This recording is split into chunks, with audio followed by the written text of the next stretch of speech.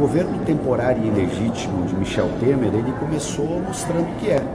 É um governo em silêncio absoluto, por exemplo, em relação a Eduardo Cunha e todo o papel que Eduardo Cunha tem neste processo de corrupção no país. Ele é um governo que em 2 semanas teve que demitir 2 ministros. Os ministros se envolveram com a tentativa de bloquear as investigações sobre corrupção no país.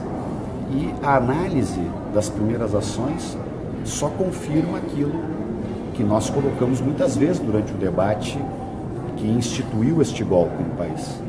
Quer dizer, um dos objetivos centrais que formou esta maioria parlamentar para aplicar o golpe parlamentar foi exatamente a proteção que diversos parlamentares buscam, como diz explicitamente o senador Jucá, o ex-presidente Sarney e Renan nas conversas com o Sérgio Machado, que é o grande caixa do PMDB, né, que trabalha todos esses recursos que foram desviados por corrupção em favor do PMDB. É por ali que passa, e a delação premiada dele e do seu próprio filho vai colocar muita luz sobre isso que nós ainda não compreendemos. Então, o governo começa sob esta marca, e o segundo braço deste governo, temporário e ilegítimo, o primeiro é trabalhar para frear investigações e proteger investigados. O segundo é alterar o programa que está sendo implementado no país. E o programa que distribui renda, que garante um conjunto de políticas sociais, que evidentemente enfrentava problemas por conta da crise que o Brasil enfrenta, causada por diversas variáveis, especialmente as variáveis internacionais, que incidem muito sobre a nossa economia, seguramente também por erros nossos, que sempre deveríamos estar corrigindo esses erros. O governo Temer, ele inicia propondo um arroxo nos investimentos sociais. Você propor que o orçamento público da União vai ser congelado é o equivalente a dizer: eu não abrirei nenhum hospital novo, eu não abrirei nenhuma universidade nova, eu não construirei nenhuma nova política, como por exemplo mais médicos, que isso tudo é dinheiro novo que entra no sistema. Quando tu congela o orçamento de acordo com a correção pura e simplesmente da inflação, tu estás dizendo que tu só vais corrigir o salário do funcionário que já está trabalhando, que tu vais manter o nível de investimento no padrão que está. Então, significa frear o papel do setor público no combate às desigualdades, por exemplo, que é um papel fundamental do setor público.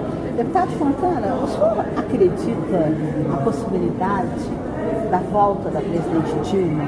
Eu tenho muita convicção nesta possibilidade, que muitas pessoas foram enganadas com o impeachment.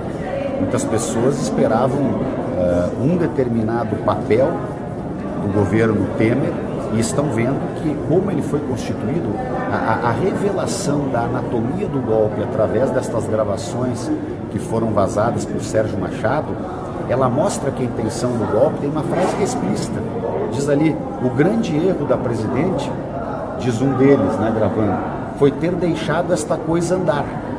O que é deixar esta coisa andar? É garantir que as investigações continuassem dentro do respeito ao papel de cada uma das instituições e daqueles que estão atuando nessas investigações sobre corrupção, que nunca foram tão longe no país. E os milhares de horas de depoimentos, de delações premiadas, de trabalho do Ministério Público, da Polícia Federal, jamais comprovaram um único deslize da presidenta Dilma. Então, este é o paradoxo que nós estamos vivendo. Temos hoje uma Câmara Federal de joelhos para Eduardo Cunha, porque é o processo mais longo do Conselho de Ética da história da Câmara. O Michel Temer é um presidente interino de joelho para Eduardo Cunha também, de joelhos para Eduardo Cunha. Ele não diz uma única palavra sobre a corrupção de Eduardo Cunha. Na verdade, eu aqui digo com toda clareza, ele é sócio de Eduardo Cunha em todos os processos de corrupção que Eduardo Cunha está envolvido. Nós vamos continuar trabalhando aqui para caçar Eduardo Cunha, mas vejam que ontem teve uma nova manobra. E eu acho interessante, porque houve uma gritaria muito grande quando o presidente interino aqui da Câmara propôs que fosse reconhecido um passo do direito de defesa da presidenta Dilma, que não foi atendido por Eduardo Cunha.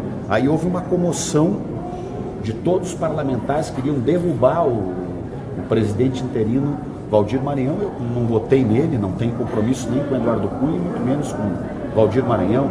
Na minha opinião, é melhor que os dois saiam quanto antes. Mas é interessante que agora, na manobra pró-Eduardo Cunha, ele é aplaudido dentro do plenário. O PSDB, Democratas, PPS, o PMDB, todos esses partidos estão juntos na proteção a Eduardo Cunha. Então, o Brasil vive uma crise política de grande intensidade. A maior que pelo menos eu já vivenciei, sou deputado federal há muitos anos. E ela nasce do quê?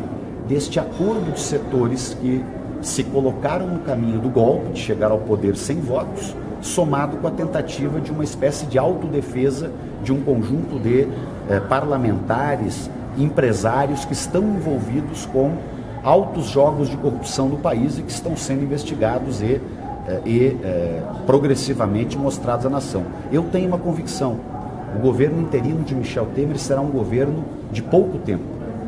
As gravações que nós conhecemos de Renan Calheiros, Romero Jucá, José Sarney, com Sérgio Machado, elas valem mais do que 1000 discursos desses do presidente interino, temporário e ilegítimo Michel Temer. É evidente que o PMDB está altamente comprometido nas investigações da Lava Jato e que um dos compromissos do governo Temer é proteger o PMDB e outros que estão envolvidos.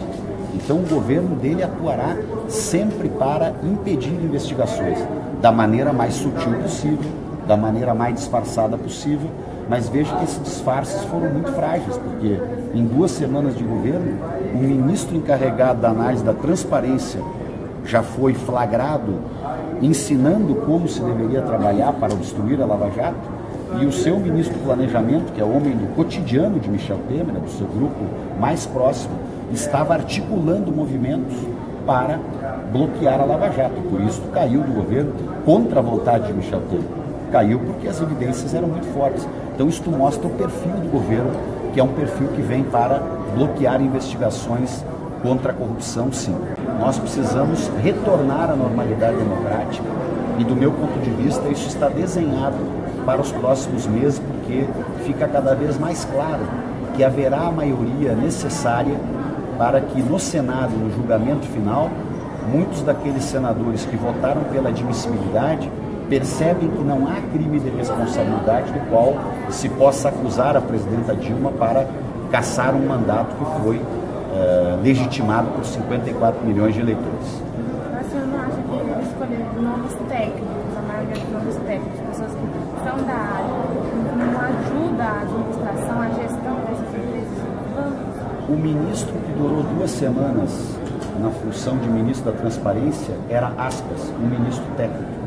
E ele estava ali envolvido num governo que está envolvido com a ideia de frear investigações contra a corrupção. Então eu não acredito que outros nomes resolvam o problema que está na cabeça do governo. O problema do governo é Michel Temer. O compromisso de Michel Temer é bloquear as investigações contra a corrupção. Então qualquer assessor que ele escolha estará enquadrado nesta política, porque este é parte dos compromissos que ele assumiu para formar a maioria parlamentar que aplicou o golpe parlamentar.